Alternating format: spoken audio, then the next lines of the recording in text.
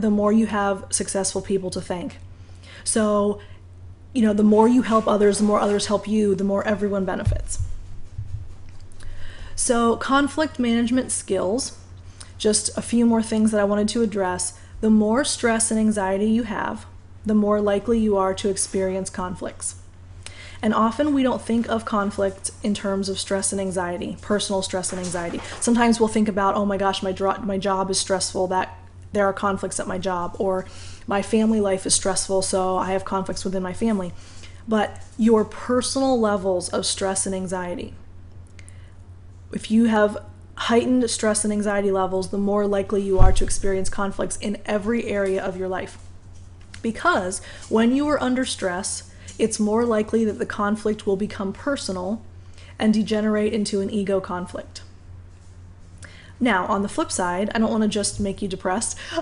There's a good news. The opposite is also true. So if you are rested and relaxed, you're less likely to experience conflict. So basically what I'm saying is, monitor your levels of stress and anxiety, monitor your awareness of those things, and give yourself rest and relaxation when you need it, because it perpetuates itself. In other words, the more stressed and anxious you are, the more you have conflict. The more conflict you have, the more stressed and anxious you become, and it's vicious. So give yourself time for you. Self-care, that's one of the huge things I've learned in the last, year of my life. If you don't take care of yourself, no one else does. And that's not to say that you're selfish or you are self-centered or you don't focus on other people and other things in your life. That's not true at all. But another rule of thumb that I teach my parents is that you always, it's not a rule of thumb really, it's like a story that I share. When you get on a plane and they're going through their safety discussions, etc., which now they're like little movies on the back of the seat, which I actually kind of liked it when the flight attendants would have to go through the seatbelt motions and all that. Anyway, so now you watch it on the screen, the seat in front of you. But they explain that should we lose cabin pressure, oxygen masks will fall from the ceiling. And what do they say? Always put your own mask on first before assisting others or children. And I don't know many parents that their instinct would not be get the masks on their kids first. But the idea is, if you are passed out on the floor because you didn't have enough oxygen to breathe, you're of no help to your children, right? So you have to take care of yourself first. Taking care of you makes you better at everything you do. It makes you a better husband or wife or boyfriend or girlfriend or mother or child or student or employee or whatever. Self-care makes you a better you.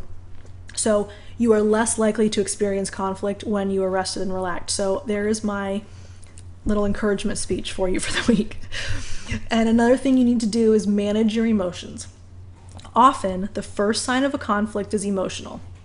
So you sense anger, you sense frustration, you sense fear, you sense sadness. You have some feeling that comes up and you immediately recognize it. That's often the first sign of conflict. So, in light of that, if we can't control our emotions, it's very difficult to take a logical or rational approach in the management of that conflict. And, if we let ourselves get out of control with emotions, that's not to say don't allow yourself to feel. Of course we're going to feel emotions and we're going to recognize them, and it's healthy to be aware of what we're feeling. But we need to be in control of them. You can be devastated by something and still be in control of your emotions. So don't allow that to get out of hand and out of control where you can't be logical and rational anymore. Be aware that you're becoming angry. And that kind of goes with what I was just saying. Unbridled emotional outbursts rarely enhance the relationship. Don't be the bomb waiting to explode. If you monitor yourself all along and you don't let it build, and you're aware when things are starting to frustrate you and you address them at the time, that's much more healthy and much more effective in the relationship than waiting until you explode, go off like a Roman candle, and then expect the relationship to mend. It usually doesn't work that way. Another thing, seek to understand why you're angry or emotional.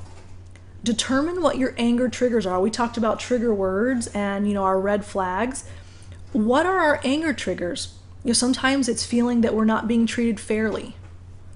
We immediately feel that sense of injustice and that triggers that anger in us. Or we feel entitled to something that we've been denied. I deserve to have this because of this, and that righteous indignation comes in, and that makes us very angry. That's not to say those things are off base or inappropriate, but we need to understand our triggers so that we can manage them and be in control of them. Make a conscious decision about whether or not to express the anger. We go through, oops, sorry, I went the wrong way. We have to control our emotions, right? So we become aware we're angry, we're understanding what the triggers are, then we make a decision whether or not to express the anger. If it's appropriate to express the anger, and there are times it absolutely is, you're very right in expressing your anger, don't lose control when you do it. Be direct and descriptive. And if you need to express why you're frustrated, why you're hurt, why you're feeling those negative emotions, remember, focus on the issues, not the personality. So, I statements, I am feeling this is the issue, not you are XYZ. Select a mutually, and I should have capitalized that because that's probably the most important word in the sentence, a mutually acceptable place and time. Because often when we are feeling angry or hurt or confused or any of those negative emotions, we want to address it now. So you stop what you're doing, you come over here and you talk to me about this right now, and do not walk away from me, and do not, you can hear all of those demands when you want to address an issue. So a mutually acceptable place and time to discuss the conflict. When can we sit down? I'd like to talk to you about something. When do you have time to have this chat with me, and where can that be? Avoid the discussions when either of you are tired or upset. Remember that, take a step back and cool off. And don't ambush your opponent. So, it's not about waiting until you can catch them off guard and lay it all out on the line. That just creates defensiveness. And also plan your message. Identify your goal and determine your desired outcome. What do you want to get out of the conversation, and work toward that. Don't let yourself get sidetracked. Don't let yourself get out of control emotionally. Focus on your goal and work toward your desired outcome. Breathe. Crucial point, and we don't do it often enough, and we often don't do it correctly. I want to say it's one of the special ops in the military, and I don't know which one, but my husband and I watched Surviving the Cut, which is a great show if you like competition and endurance and, the amazement of the physical body and its strength. And so anyway, I think one of the special operations groups, and I don't know who it is, they train themselves to breathe. You breathe 3 in, you hold your breath for 4, you breathe out for 7. And at the time I thought, that's kind of odd, but if you do it, you realize how effective it is. Take slow, deep breaths when you realize emotions are starting to erupt. It is amazing how connected your breathing is to the rest of your body. And breathing is one of the major techniques in stopping anxiety attacks and panic attacks.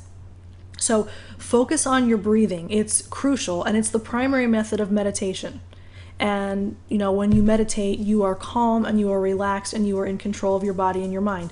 So breathing is a very, very helpful element in a conflict situation. Monitor your nonverbal messages. So speak calmly, use direct eye contact. We've talked about both of those things in other contexts.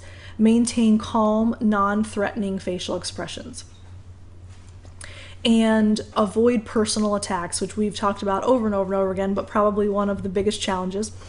People respond by protecting themselves. Remember that fight or flight that I talked about. So they're going to automatically want to protect themselves. So if you throw out attacks, it's going to be a defensive, protective response. So try not to avoid. That's the same thing.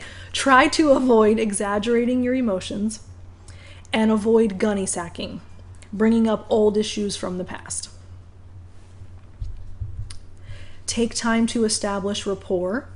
So this is especially useful in a conflict if you're not well acquainted with the other person.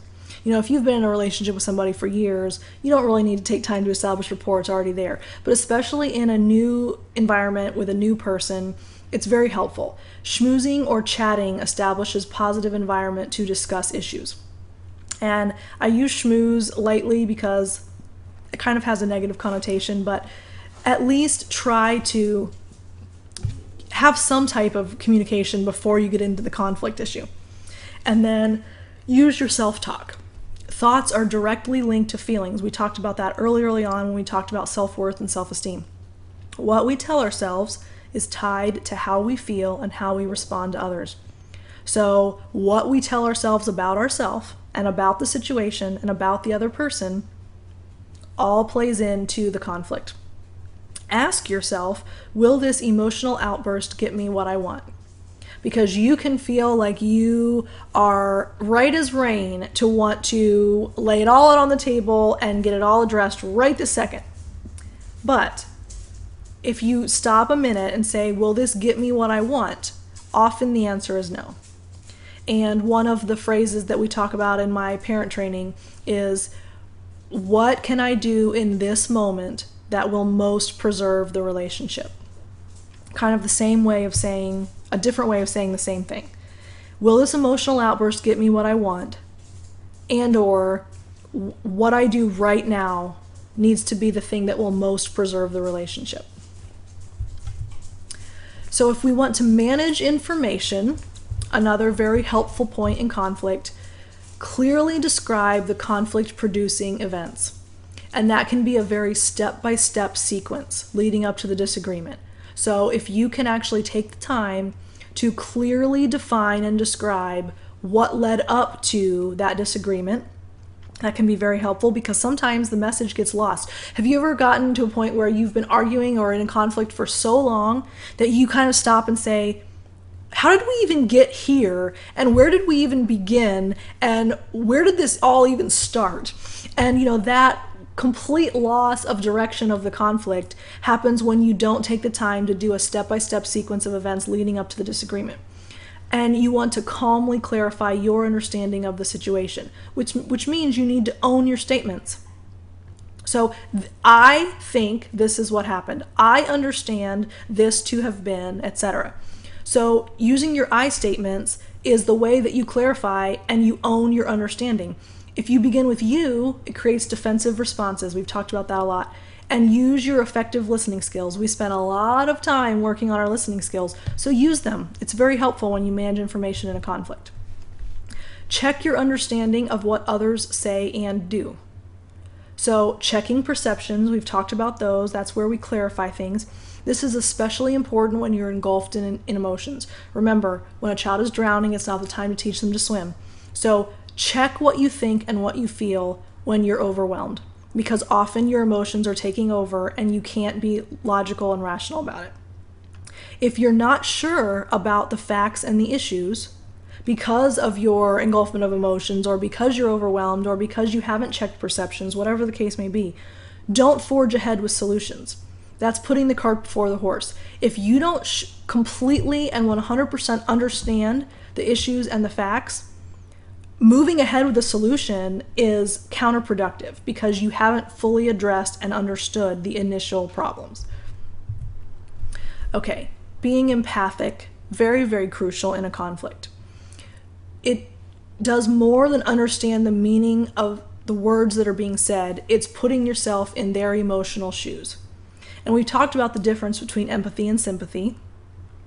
But if we look at empathy in terms of conflict, we can do 6 action words, and that will help you understand how to be empathic in a conflict situation.